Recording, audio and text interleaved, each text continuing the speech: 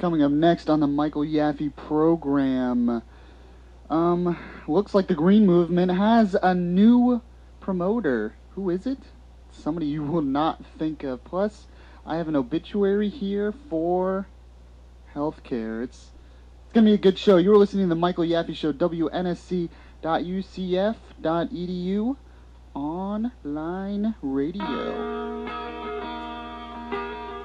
Because they must be reminded that even though they will fight against freedom, freedom will be the victor. Where's our foundation? Is it under God, or is it under false gods? Like evolution, Darwinism.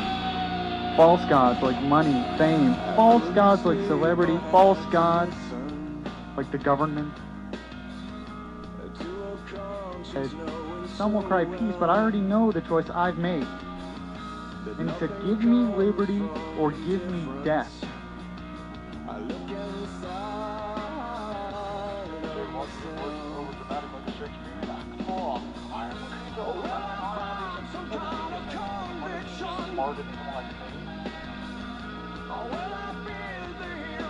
They will pass laws that regulate what you eat, what you can drink, how much you exercise, if you can smoke.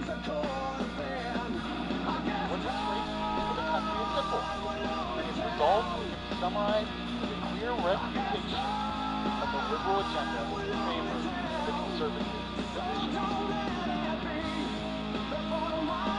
Terrorists out there, you are not going to win. You don't understand the American spirit. You don't understand what this country is all about. You don't understand how strong the American people are.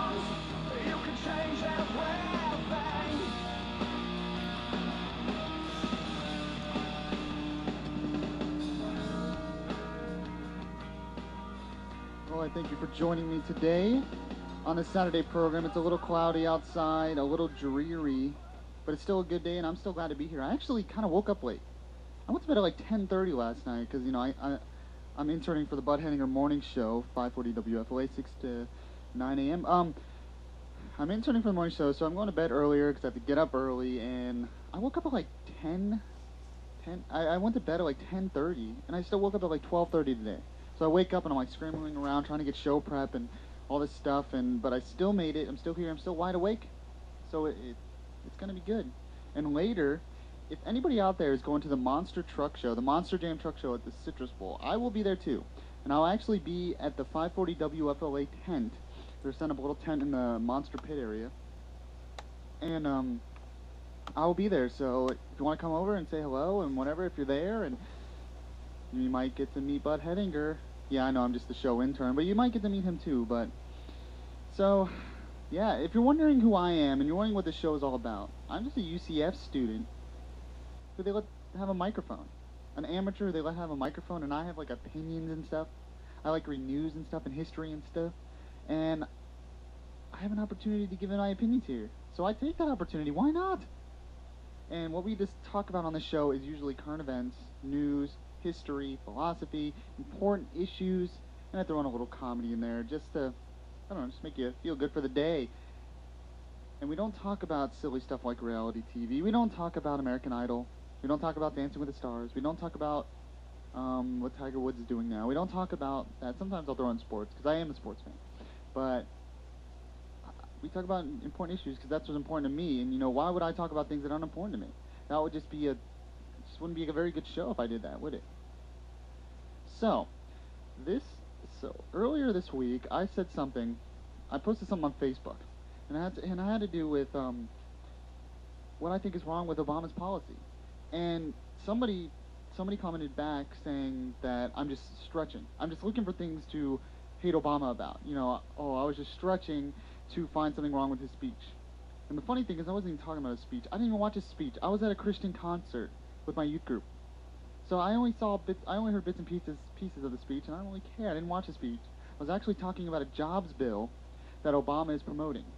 And what I'm mainly talking about is that Barack Obama and a lot of liberals, a lot of Democrats believe that it's the government's job to create jobs.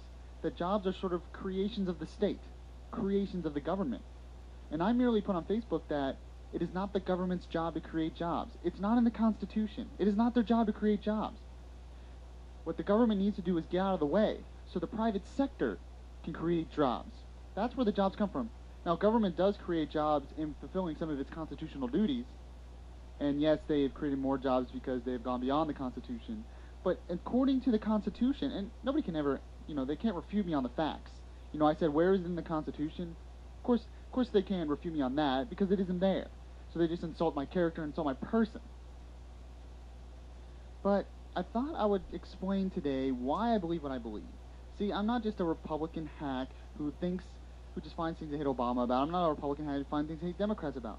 I have core principles, core values, and core beliefs. And I'm a conservative. And I have conservative principles, conservative values, and conservative beliefs. And that, my main core values are Christian values. I'm a Christian. I'm a very strong Christian. But in terms of my political philosophy, it is guided by that center of conservatism.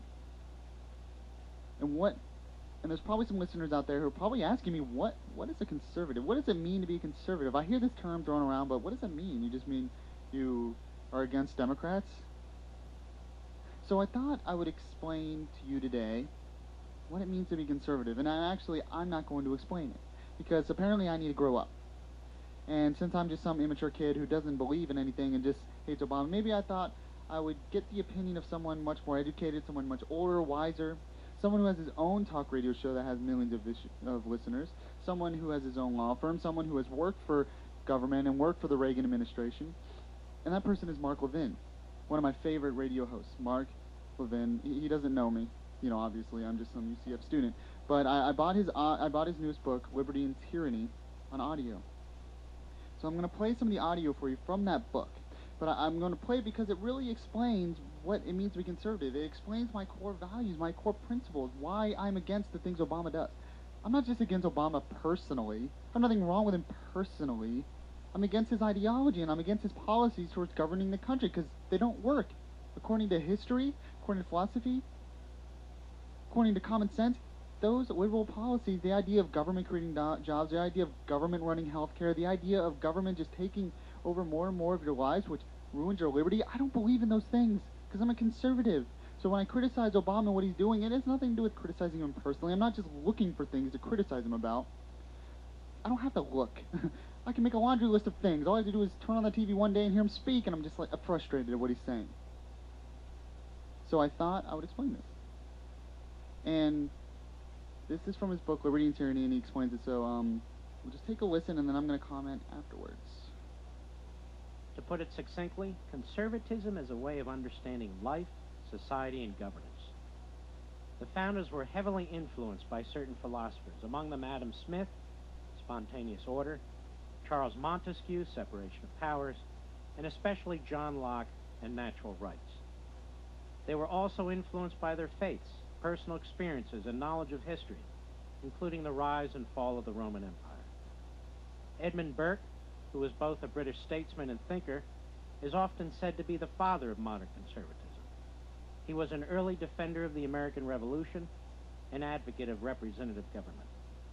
He wrote of the interconnection of liberty, free markets, religion, tradition, and authority.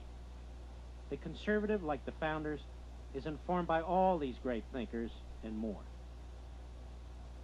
The Declaration of Independence represents the most prominent official consensus position of the founders' rationale for declaring independence from England.